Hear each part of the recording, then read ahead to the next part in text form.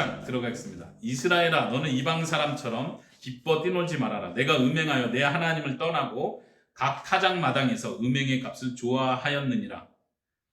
지금 여기서도 경고의 말이죠. 근데 이방 사람처럼 기뻐 뛰놀지 마라. 어떤 배경일까요? 이것은 지금 추수의 축제의 분위기를 이야기하고 있습니다. 아직도 이스라엘 사람들이 정신을 못 차리고 있습니다. 뭐냐면 추수할 때가 됐으니까 당연히 추수 자기들이 해오던 관습대로 추수의 축제를 엽니다. 그런데 그 추수의 축제가 항상 하나님께 감사하는 축제가 되지 않고 도리어 이름은 이스라엘의 율법을 따라서 하나님을 경배하는 것 같은 축제와 절기들을 만들어 간 것 같은데 실제로는 우상을 숭배하는 것이고 하나님 보시기에 음행하는 것이라고 말하고 있습니다. 거기 보면 또 음행의 값이라는 표현을 합니다. 계속 반복되는 1장부터 반복되는 표현인데요. 정확히 알아야 됩니다.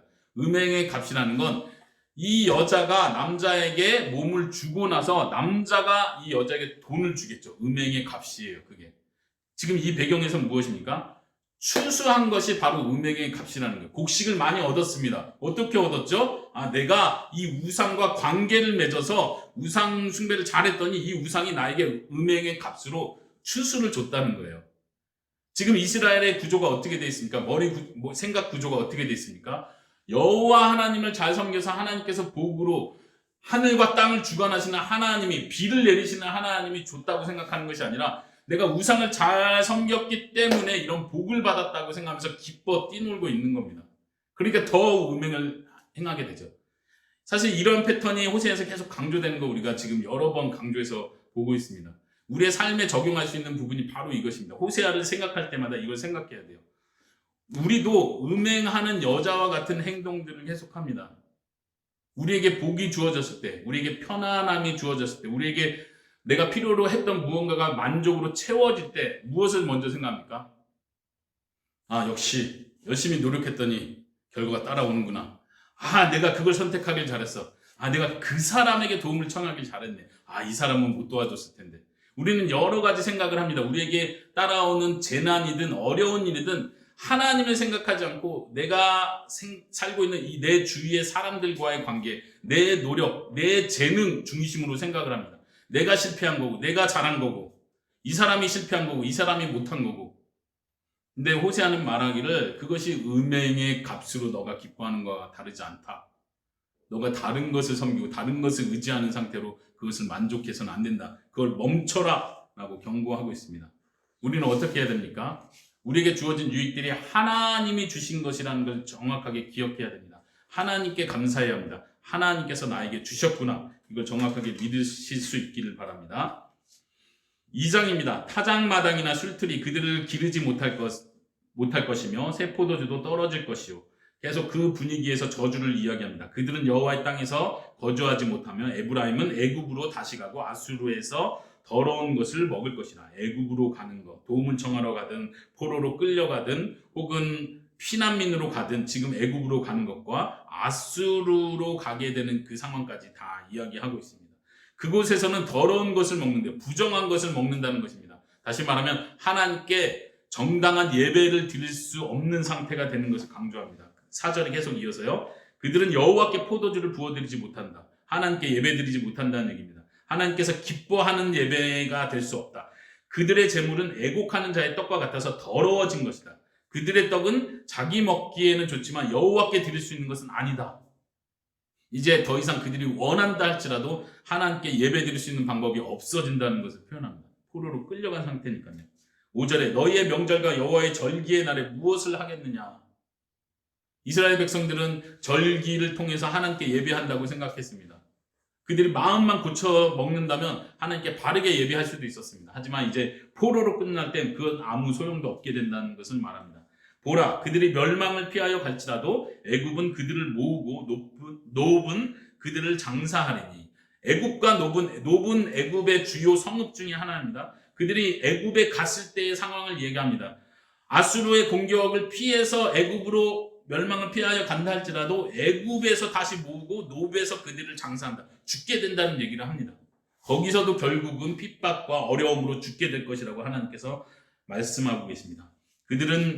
그들의 은은 귀한 것이나 찔레가 덮을 것이요 그들의 장막 안에는 가시 덩굴이 퍼지리라. 저주에 대한 얘기를 계속합니다. 그 형벌의 날이 이르렀고 보응의 날이 온 것을 이스라엘이 알지라. 알아야 한다, 이 이야기입니다. 하나님을 알아야 한다 이렇게 말했던 것처럼 지금이 저주의 때라는 거, 보응의 때라는 걸 알아야 한다. 이 말을 듣고도 돌이키지 않는다면 이스라엘은 더 이상 소망이 없는 것입니다. 요나 선지자가, 여러분들 요나 선지자 잘 아시죠? 요나 선지자가 니느웨에 가서 하나님의 경고의 말씀을 합니다. 40일이 지나면 이 성이 망할 것이다.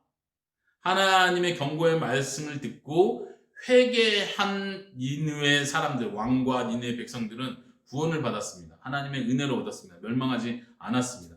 여기서도 똑같은 경고를 합니다. 너희가 멸망할 것이다. 심판의 날이다. 나팔을 불어야 한다. 이미 끝났다. 이 말씀은 운명을 바꿀 수 없다는 얘기를 하는 것이 아닙니다. 너희가 지금이라도 여호와께 돌아라.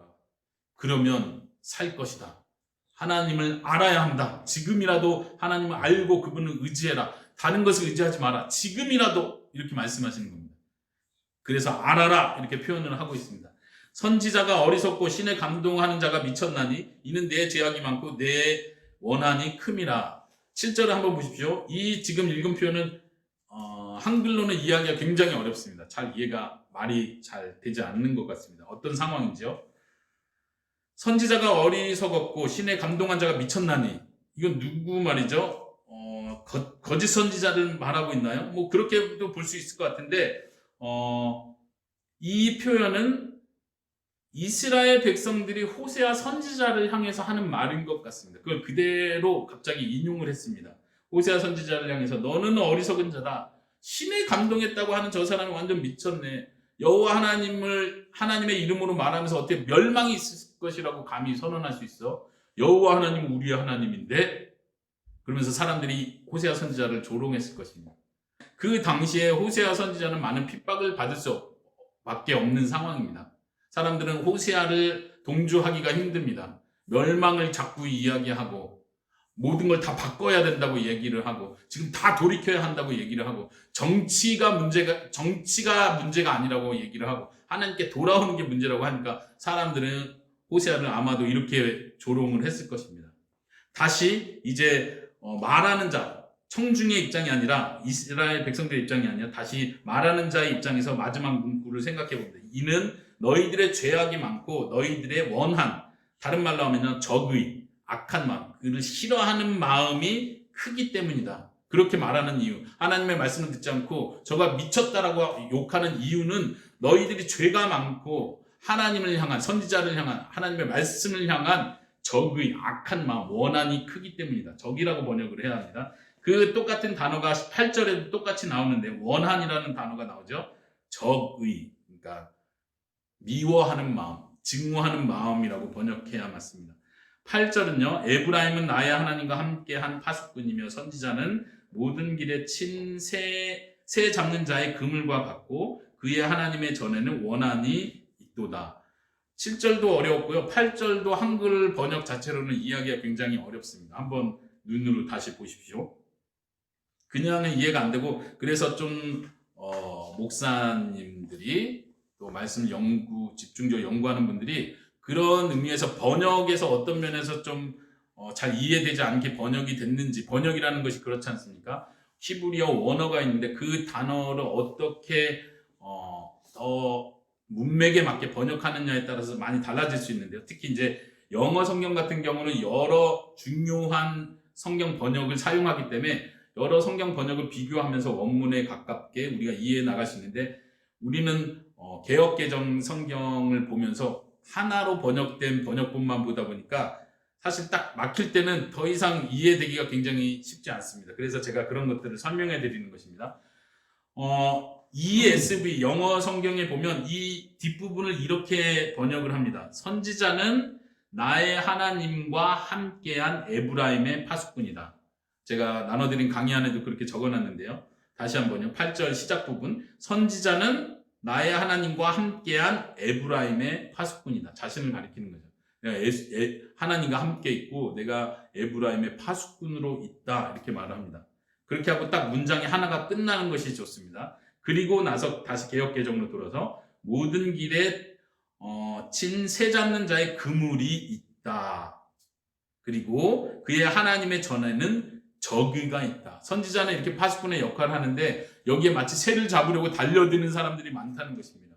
그리고 하나님 전을 향해서는 또 악한 마음, 증오하는 마음이 있는 사람들이 많다는 것을 이야기합니다. 그들의 죄를 계속 고발하는 내용이에요. 9절, 그들은 기브아의 시대와 같이 심히 부패한지라 여호와께서 그 악을 기억하시고 그 죄를 벌하시리라. 여기서도 악을 기억하신다는 표현을 또 합니다. 굉장히 무서운 표현이에요. 하나님은 기억하십니다. 우리가 최후의 심판을 얘기합니다. 예수님께서 다시 오시는 날 우리의 최후의 심판을 받는다 할 때 예수님께서 강조하셨던 표현이 무엇입니까? 각 사람이 행한 대로 심판할 것이다. 각 사람이 행한 대로 심판할 것이다. 이 말 속에는 하나님께서 너희의 행동 모든 것을 기억하신다는 것을 말합니다. 우리가 이 말씀을 무섭게 받아들여야 됩니다. 나는 예수님 믿으니까, 나는 예수님이 십자가에 죽으셔서 내 죄가 다 없어지고 하나님께서도 기억하시지 않는다 했으니까 나는 이제 괜찮아, 아무렇게나 살아도 돼, 이렇게 말할 수 없다는 것입니다. 하나님께서 기억하시지 않는다는 얘기는 너가 한 행동에 대해서 내가 구원하고 구원하지 않고를 판단하지 않겠다는 말입니다. 구원하는 일에 있어서는 너의 행동과 상관없이 예수님의 행동을 보고 널 구원하겠다. 너의 죄는 기억하지 않겠다. 이런 의미입니다. 죄의 용서를 말하는 것입니다. 그러나 우리 크리스찬을 비롯한 모든 사람들은 최후의 심판대 앞에 반드시 서게 될 것입니다. 어떤 사람들은 생각하기를 우리는 심판 안 받고 바로 통과 아닌가요? 그렇지 않습니다. 모든 사람들이 심판대 앞에 설 것이라고 분명히 말했습니다. 물론 그리스도인들은 아까 설명한 대로 하나님의 심판대 앞에서 예수님의 공로로 구원을 판결받을 것입니다. 그러나 우리가 한 행동에 대해서는 하나님 앞에 다 직고하게 될 것입니다. 하나님, 제가 그리스도의 은혜를 이렇게 입은 사람임에도 불구하고 이러한 죄를 졌습니다. 그때 설교 말씀을 통해서, 하나님 말씀을 통해서 원수를 사랑하고 원수를 위해 축복하라고 했는데도 불구하고, 주의 구원의 은혜를 받았는데도 불구하고 형제를 용서하지 못하고 미워하는 마음을 가지고 살았습니다. 하나님 앞에 다 말하게 될 것입니다. 하나님은 그것을 다 기억하고 계십니다.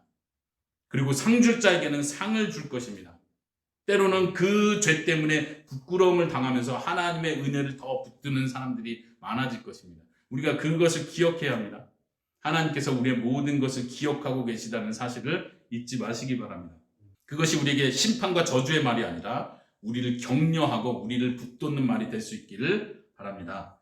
9절에 기브아 시대라는 표현이 있습니다. 이것은 이제 이스라엘의 역사 배경, 특별히 사사 시대를 배경으로 한 건데, 기브아 시대라는 말은요, 사사 시대는 무엇이냐면 이스라엘 나라 왕국이 세워지기 전에 사울 왕, 다윗 왕, 솔로몬 왕으로서의 왕국이 세워지기 전 시대를 사사 시대라고 합니다. 이 사사 시대 마지막 때는 이 왕들이 없으면서 다 부패하고 타락하고 죄에 죄를 더하는 아주 악한 세대가 되었습니다. 특별히 기브아 시대라고 표현할 때 이 기브아라는 지역은 사사기에 보면요, 성경 사사기 19장에서 21장에 보면 이 기브아에서 일어났던 아주 끔찍한 일을 아주 자세하게 설명합니다. 사사기 19장부터 21장에. 여기에 보면 레위 사람은 하나님께 선택받은 민족이죠. 하나님 섬겨야 하는 지파의 사람인데 이 사람이 첩을 둡니다. 첩을 두는데 이 기브아라는 지역에서 기브아 사람들, 거기서 나쁜 사람들이 그 레위인의 첩을 욕을 보입니다. 성적으로 욕을 보이고, 그래서 결국은 죽습니다. 이 레위 사람이 너무나 화가 나고 분노해서 다른 이스라엘 지파 모든 사람들에게 이 자기 죽은 첩의 시체를 다 조각을 내서 다 지파별로 나눠주고, 지파 사람들이 다 같이 분노하게 만들어서 이 기브아라는 지역에 속해 있던 베냐민 지파와 나머지 이스라엘 모든 지파가 형제가 서로 죽이는 전쟁을 일으킵니다. 그래서 베냐민 지파가 거의 전멸하는 상태에 이르게 되죠. 이 악한 시대를 기브아 시대라고 표현을 하고 있습니다. 호세아 선지자가 지금 기브아 시대를 얘기한 건 벌써 200년 전, 300년 전 얘기를 하고 있는 거예요. 생각해 보십시오. 왜 갑자기 기브아 얘기를 꺼내지? 지금 우리 20년 전 얘기도 아니고 100년 전 얘기도 아니고 지금 너무 오래전 얘기인데, 너무 오래전 얘기가 아니라 지금 호세아는 계속 얘기하면서 이 뒤에도 나오겠지만요, 이집트 때의 얘기까지 꺼냅니다. 하나님께서 너희를 이집트에서 어떻게 돌보셨느냐. 그때 하나님이 너희를 어떻게 사랑했느냐. 그때를 생각해봐라. 이집트 때, 출애굽 때의 이야기까지 꺼내는 거 봐서는 사사시대의 이야기를 꺼내는 건 아무것도 아닙니다. 다시 말하면 기브아 시대는 너무 악한 시대의 상징적인 단어가 돼버렸습니다. 나중에 보겠지만요. 10장 9절 잠깐 먼저 보시세요. 거기도 기브아 시대라는 표현이 나옵니다. 10장 9절. 이스라엘아, 내가 기브아 시대로부터 범죄하더니 지금까지 죄를 짓는구나. 하나님께서는 죄를 기억하고 계신 걸 보여줍니다. 무섭죠. 기브아 시대의 그 죄, 내가 그때 그 자리에서 봤는데 그때 그 죄의 모습을 지금까지도 지키고 있구나. 하나님의 분노가 얼마나 큰지 상상이 되십니까? 하나님의 진노가 얼마나 큰지 상상이 되십니까? 우리는 한 사람으로서 하나님의 진노와 하나님의 좋게 표현하면 하나님의 애통을, 하나님의 슬퍼하심을 잘 이해하지 못합니다. 한 사람의 슬픔을 한번 생각해 보십시오. 한이라고 표현하죠, 우리 한국 사람들은. 이 사람이 어렵게 살았습니다. 어떤 사람이 있는데 어릴 때 부모들한테 핍박을 받고 부모들에게 구박을 받고 막 힘들게 살다가 남편을 만났는데 남편도 잘못 만나가지고 너무 힘들게 고생하면서 살다가 자녀를 키웠는데 자녀가 또 말을 안 들어서 너무 고생하고 힘들고 막 눈물이 나요. 그렇게 하고 80평생을 살았습니다. 이분이 어르신 힘드시죠? 그러면 어떻게 말해요? 내가 80평생 생각하면 생각할수록 고통스러워. 사람이 할 수 있는 건 그 정도입니다. 아무리 고통스러워도 80평생, 100평생 하면 끝입니다. 하나님은 어떤지 아십니까? 하나님께서 이 이야기를 꺼내시는 이유가 있습니다. 200년 전 너희가 거기서 죄를 범할 때 내가 얼마나 슬퍼하고 애통했는지 아느냐. 내가 너희를 얼마나 사랑했는데 너희들은 그때도 그 잔인한 일들을 내 눈앞에서 하고 있었다. 형제가 형제를 서로 죽이는 일을 했다. 내 언약을 다 잊어버리고 그런 일들을 했었다. 근데 지금까지도 너희가 그러고 있느냐? 나에게 돌아오라고 내가 말씀을 주고 선지자를 보내고 내가 기회를 주고 때로는 징계를 하고 다른 나라를 공격하게 만들어서 너희가 어려움을 겪게 해서 하나님께 돌아오게 만들고 얼마나 기회를 줬느냐. 근데도 너희들은 나에게 돌아오지 않는구나. 다른 자들에게 돌아가는 거야. 이것이 하나님의 고통입니다. 하나님의 슬픔입니다. 하나님의 진노입니다. 그래서 하나님이 진노 얘기를 할 때, 심판 얘기를 할 때 그렇게 무섭게 얘기를 하는 것입니다. 얼마나 처참한 심판이 있을지, 왜 하나님이 심판을 이렇게 잔인하게 하시지? 하나님 너무 무섭고 잔인한 하나님이야가 아니라 우리가 봐야 될 하나님은요, 그렇게 슬퍼하셨던 하나님이셨구나를 봐야 합니다.